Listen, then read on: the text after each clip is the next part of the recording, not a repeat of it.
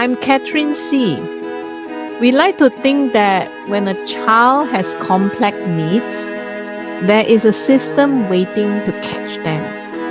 But for family dealing with the dual diagnosis of autism and epilepsy, that system is often a myth. There is no center office, no quarterbacks, and no map. I'm joined by Miss Kelly, who is living in this gap.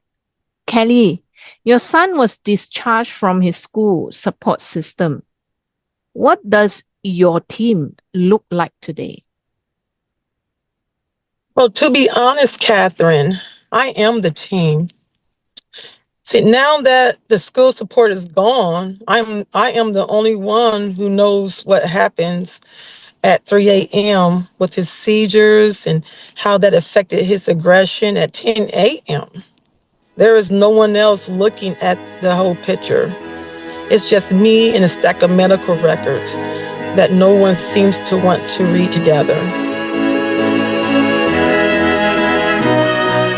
You have hit on the core problem, silos.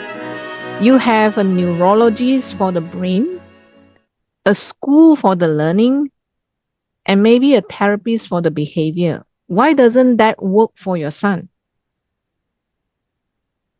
Because his brain doesn't live in silos. If his medication makes him angry, what they call Keppridge, the neurologist tells me to talk to a behavioral specialist. But since we aren't in school system right now, there is no behavioral specialist. I'm stuck in a loop. I'm told he needs integrated care, but I've learned that in the real world, integrated care simply doesn't exist yet. I am the only one trying to bridge the gap between his medical safety and his behavioral life. This is exactly why I'm proposing the Family Resilient Hub. It's not just a new clinic, it's a total shift in how we do things. It takes the DBH, which we know a doctor of behavioral health, and put them right in the middle to be your coordinator.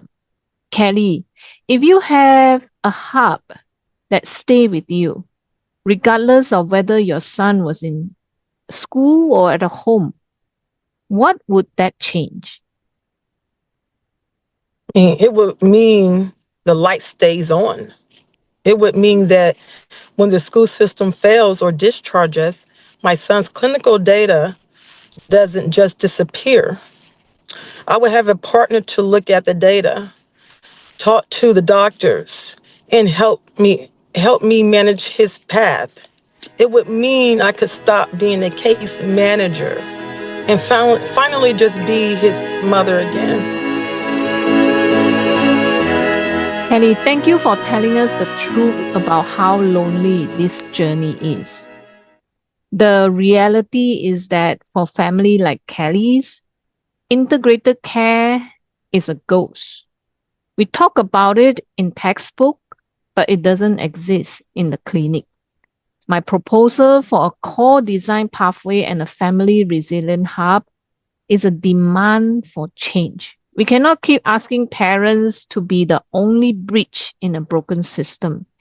We need to build a hub that center on the family, stay with the child through every transition, and treat the dual diagnosis as one life, not two separate problems. It's time to stop talking about integration and start building it.